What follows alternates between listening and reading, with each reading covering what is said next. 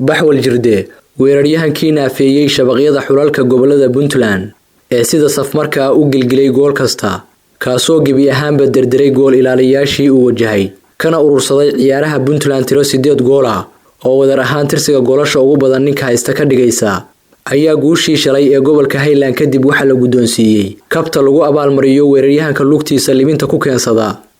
madaxweyne ku-xigeenka Puntland iyo gudoomiyaha xiriirka kubadda cagta Soomaaliya ayaa gudoonsiiyay kabta qalinka ee goolaliyaha ugu sareeya tartanka taasoo lagu tilmaamay musuqii ugu ba'naa ee laga soo sheego kubadda cagta gudaha tan iyo abid koob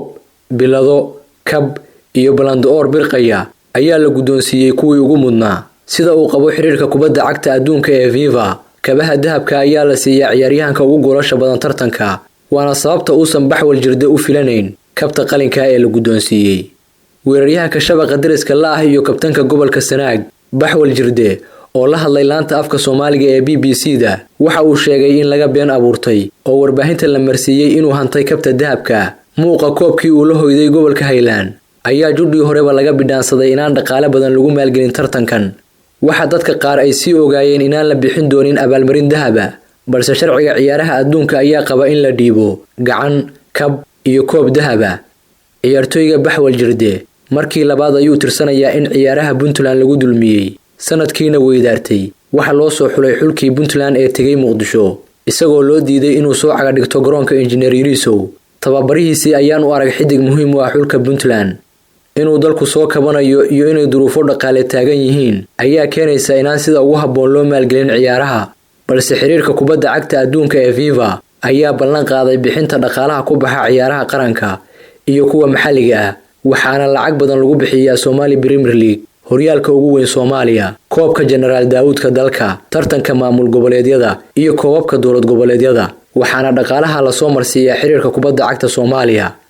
kooxda ku ciyaarta magaca wasaaradda maaliyadda Somaliland ee Buuhoodle ayaa ku dhawaaqday inay cayrisay laacibka Armaan Xabado oo ciyaaraha gobolada Puntland ku metelayay gobolka Cayn waa kubad qaabeeye joker ku adabamaryada difaacyada boos qaadashada baas bixinta iyo toogashada shabaqa ciyaaryahanka Armaan Xabado oo u jawaabay Somaliland waxa uu sheegay inuusan $50 dhaafsan karin riyadii uu weligii ku taamayay ee ahayd inuu gaarsiiyo xulkiisa gobolka Cayn kooxda militariga qaranka ee horyaalka Puntland ku metasha cawo iyo maalin horseed ayaa ku dhawaaqday inay heshiis la gaareen ciyaartoyga Armaan Xabado xiis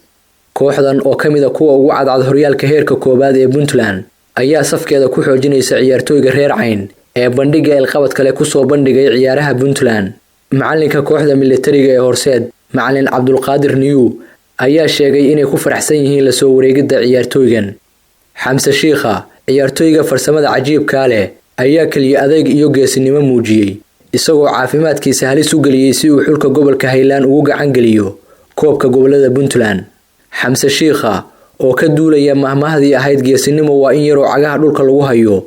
waxa uu xalay sheegay in isagoo feer ka jaban uu qarsaday dhaawiciisa si aysan u niyad jabin taageerayaasha xulka gobolka Highland aysanna u beegsan ciyaartoyda daafacyada ee ka soo horjeeda Puntland waxay muujisay qaangaarnimada maamul wanaageed iyadoo martigelisay ciyaaro dhaafay ciyaaro ay ku loolameen daris iyo ood wadaag ciyaaro ay ku hirdameen wiil iyo walaalkiis dheel dhiiga loo qubay lafaha la iska dhuuxay ciidana afka la isu daray ciyaaro taariikhda galay ayaa keenay in Highland loo caleemo saaro boqorada tartanka 8aad ee ciyaaraha Puntland markaasoo koobka laga dhaxlay isdhexgal xushmad isbarasho iyo horumar dhanka ciyaaraha ah